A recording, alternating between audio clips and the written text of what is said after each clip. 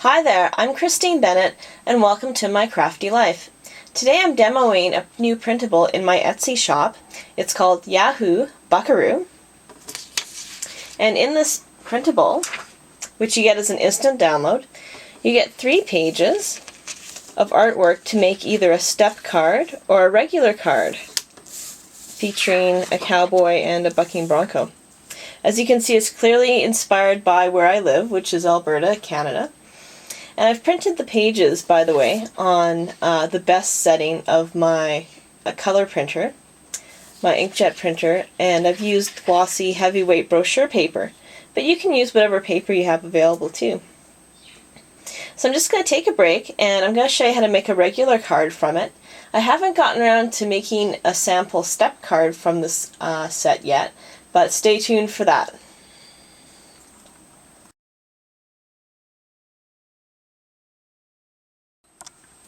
So here we have the card mostly assembled. I'm sure you didn't want to watch me cut out each piece.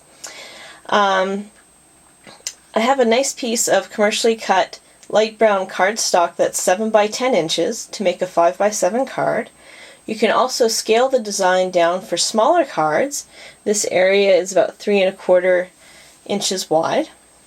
I stuck down the first layer using dry adhesive, about 1 inch down from the top and 3/4 inch from the sides.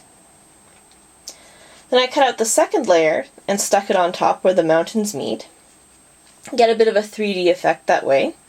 You could also use, your own light blue piece of cardstock or paper for the sky if you like. I'm not here to tell you how to make your card, just give you the ideas and the artwork. And then I cut around the cowboy quite detailed with a nice pair of scissors. I really felt it was important to make him fit in seamlessly with the background.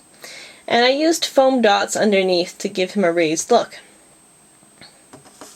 On the inside of the card, I just took a cream piece of copy paper, and I believe I cut it around 5 1/2 inches tall and 4 1/4 inches wide. And I made some notches in it to look, Western, old-timey. You may want to consider some textured wood grain paper for this project as well to give it that kind of feel. I think that would look really nice. So I'm just going to take a break and cut out a few more things and be back in a sec. So what I have here are the pieces to make a sort of wooden frame around the artwork. And what I did for that was I took some darker or contrasting cardstock and just drew some wavy lines on it with a marker to make it look like wood grain. Then I cut it up into 1 inch wide strips for the top and 1/2 inch wide strips for the sides and bottom. And these are about 5 inches long, I believe. I also decided that my card's going to say Yahoo Buckaroo. So maybe I'm congratulating someone. And I've got some adhesive and foam dots. So what I'm going to do, because actually my one hand is holding the LED light that I just bought, I'm going to put a couple of pieces of adhesive on the back of this.